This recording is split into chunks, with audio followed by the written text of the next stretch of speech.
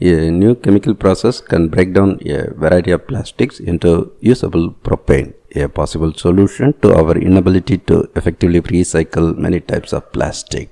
The accumulation of plastic waste in the oceans, soil, and even in our bodies is one of the major pollution issues of modern times, with over 5 billion tons disposed of so far. Despite major efforts to recycle plastic products, actually making use of that motley mix of materials has remained a challenging issue.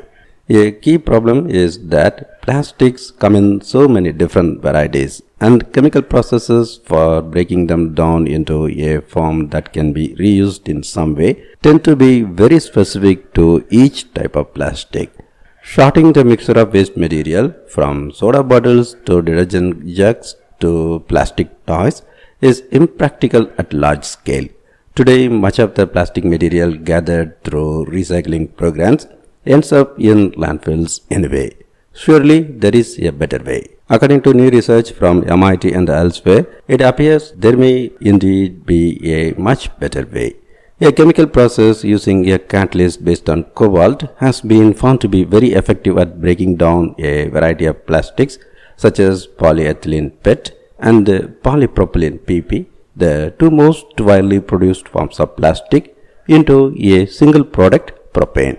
Propane can then be used as a fuel for stoves, heaters, and vehicles, or as a feedstock for the production of a wide variety of products, including new plastics, thus potentially providing at least a partial closed-loop recycling system. The finding is described in the open access journal JACS-AU. Recycling plastics has been a thorny problem because the long chain molecules in plastics are held together by carbon bonds, which are very stable and difficult to break apart. Existing techniques for breaking these bonds tend to produce a random mix of different molecules, which would then require complex refining methods to separate out into usable specific compounds. The problem is there is no way to control where in the carbon chain you break the molecule. But to the surprise of the researchers, a catalyst made of a microporous material called a zeolite that contains cobalt nanoparticles can selectively break down various plastic polymer molecules and turn more than 80% of them into propane. Although zeolites are riddled with tiny pores less than a nanometer wide, a logical assumption had been that there would be little interaction at all between the zeolite and the polymers. Surprisingly, however, the opposite turned out to be the case. Not only do the polymer chains enter the pores, but the synergistic work between cobalt and the acid sites in the zeolite can break the chain at the same point. That cleavage site turned out to correspond to chopping off exactly one propane molecule without generating unwanted methane, leaving the rest of the longer hydrocarbons ready to undergo the process again and again. The materials needed for the process, zeolites and cobalt, are both quite cheap and widely available. Although today most cobalt comes from troubled areas in the Democratic Republic of Congo, some new production is being developed in Canada, Cuba, and other places.